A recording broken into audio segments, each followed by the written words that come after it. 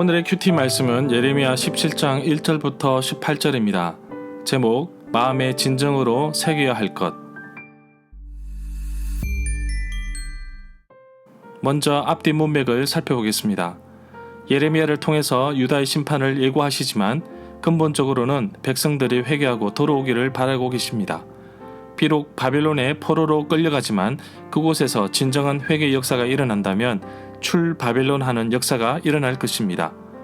유다 백성들은 그들의 조상들로부터 마음 깊이 새겨진 것이 여호와의 율법보다는 죄라는 사실을 지적하고 있습니다. 여호와께서 땅에 심을 나무를 비유로 말씀하시는데 사막의 나무와 물가에 심겨진 나무를 비교하시면서 어느 곳에 있어야 자랄 수 있는지를 설명하고 있습니다. 남유다의 죄악이 얼마나 깊이 새겨졌는지 쇠로 만든 철필로 적혀 있다고 말하고 있습니다. 마음의 진정으로 새겨야 하는 것은 여호와의 말씀인데 과연 백성들은 그들의 조상들로부터 이어져 온 못된 습관, 죄악된 행동들을 마음에 새기면서 결국 여호와의 분노를 샀습니다. 예레미야의 찬양이 나옵니다. 백성들을 향하여 심판의 메시지만 선포하던 예레미야가 힘을 내어서 여호와를 찬양합니다. 또한 예레미야의 탄원하는 부분이 나옵니다. 예레미야 자신의 정말 깊이 있는 자신의 속마음을 잘 표현하고 있습니다. 문단을 나눠보겠습니다. 1절부터 4절은 아주 깊이 새겨진 유다의 죄악, 5절부터 11절은 사막의 나무와 물가의 나무, 12절부터 13절은 예레미야의 찬양, 14절부터 18절은 탄원하는 예레미야. 1절에 보면 유다의 죄는 금강석 끝으로 만든 철필로 기록되어 있다고 하십니다. 그들의 죄가 그들의 마음판에 뾰족한 쇠 끝으로 새겨져 있고 그들의 제단 뿔에도 그 죄가 새겨져 있다고 하십니다. 십계명처럼 돌판에 새기듯이 백성들의 마음판에 하나님의 말씀을 적어야 하는데 안타깝게도 백성들은 그들의 죄가 기록되어 있다는 것입니다. 제단 뿔에도 새겨져 있다는 말은 백성들이 지은 죄가 사함을 받지 못하고 계속해서 하나님의 기억 속에 머물러 있다는 뜻으로 이해할 수도 있습니다. 2절에 보면 자손은 조상들이 지은 죄를 기억할 것입니다. 온갖 푸른 나무 곁에서 높은 언덕 위에 그들의 조상들이 쌓았던 제단과 만든 아세라 목상들을 기억할 것입니다. 아세라로 음역된 본래 단어는 아셰라입니다.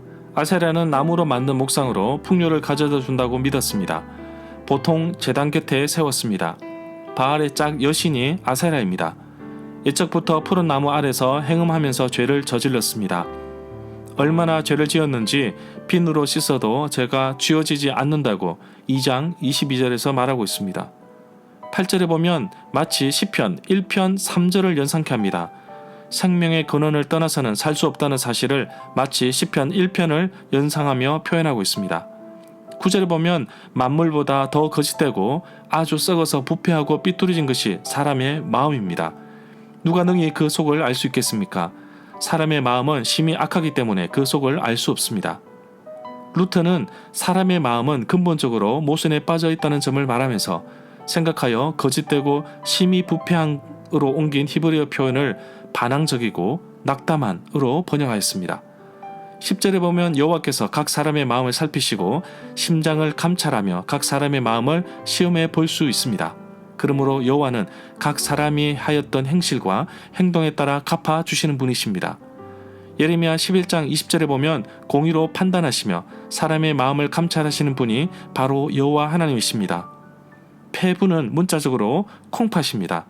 감정과 소원이 자리 잡는 곳으로 시편 7편 9절에서 말하고 있습니다.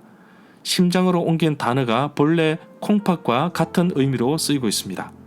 13절에 보면 유다 백성들은 여호와 앞에서 두 가지 악을 행하였습니다. 예레미야 2장 13절에 보면 바로 생수의 근원 되시는 여호와를 버린 것과 또 스스로 웅덩이를 판 것인데 그것은 그 물을 가두지 못할 터진 웅덩이들입니다.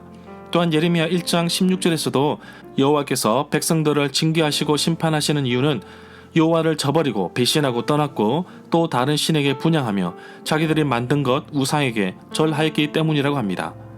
15절에 보면 이스라엘의 거룩하신 분은 자기 계획을 속히 이루시는 분이십니다. 예레미야가 백성들에게 외치는 경고의 심판 메시지가 실제로 일어나지 않을 것처럼 느껴졌는지 백성들은 여전히 경고의 메시지를 듣고 돌아서지 않습니다. 경고의 메시지를 무시하고 별것 아니라며 우습게 여기고 있습니다. 16절에 보면 여호와는 모든 것을 아십니다. 기억하시고 돌보시는 분이십니다. 박해하는 자에게 보복하시고 오래 참으시사 나로 멸망하지 않도록 하시는 분이십니다. 17절에 보면 예레미야가 고백했던 것처럼 여호와는 나의 힘, 나의 요새이십니다. 환난 날에 피난처이십니다. 18절에 보면 예레미야의 탄원하는 기도입니다. 공의로 판단하시며 사람의 마음을 감찰하시는 만군의 여호와께 자신의 원통함을 호소하고 있습니다. 절마다 상세한 설명과 구절에서 그리고 핵심 내용과 중심 줄거리는 네이버 블로그에 올려져 있습니다. 내게 주시는 교훈입니다. 예레미야에서 마치 시편 1편을 연상케 하는 말씀이 나옵니다. 물가에 심겨진 나무는 아무리 무덥고 비가 오지 않아도 걱정할 필요가 없으며 언제나 열매가 맺힙니다. 가지가 나무에 붙어 있어야 생명력을 얻는 것처럼 하나님의 자녀는 하나님께 붙어 있어야 합니다. 날마다 말씀을 읽고 기도하는 가운데 하나님과 함께 하여야 생명력을 얻습니다. 생명의 주관자 되시는 하나님을 떠나서는 우리가 잠시 살 수 있다고 하겠지만 근본적으로는 죽은 인생입니다. 내 힘으로는 살 수 없습니다. 하나님과 멀어지지 않도록 말씀을 붙들고 살아가기를 원합니다. 하나님은 나의 마음을 아시고 읽으시는 분이십니다. 그래서 하나님을 속일 수 없습니다. 그렇다면 나의 마음을 다 아시는 하나님께 내어놓기를 원합니다. 고난과 역경 속에서도 예레미야는 여호와께 찬양을 드립니다. 여호와는 이스라엘의 희망이라고 고백하고 있습니다. 어쩌면 지금 이 나라의 모습과 비교해보면 예레미야 시대처럼 정말 혼란스럽고 하나님을 알고 믿는 분들이 핍박과 어려움을 당하고 있습니다. 정말 이럴 때에 여호와 우리 하나님이 자신의 희망이고 생명이심을 고백할 수 있어야 할 것입니다. 나의 희망, 나의 구원이신 우리 하나님께 나의 마음을 드려봅니다. 나를 가장 잘 아시고 나를 가장 잘 이해하시는 우리 아버지 하나님께 나의 미래와 나의 삶을 드립니다. 하나님 아버지, 나의 삶을 이끌어 주옵소서. 핍박, 환난, 고난, 역경 속에서도 여호와를 찬양하였던 예레미야처럼 나의 찬양을 받으시기에 합당하신 우리 아버지 하나님께 나의 고백을 드립니다. 어떠한 어려움이 내게 부딪혀 오더라도 찬양이 멈추지 않기를 소원합니다. 오늘도 나를 회복시키시고 나를 인도하시는 하나님께 찬양과 영광을 올려드리는 하루가 되기를 간절히 소망합니다.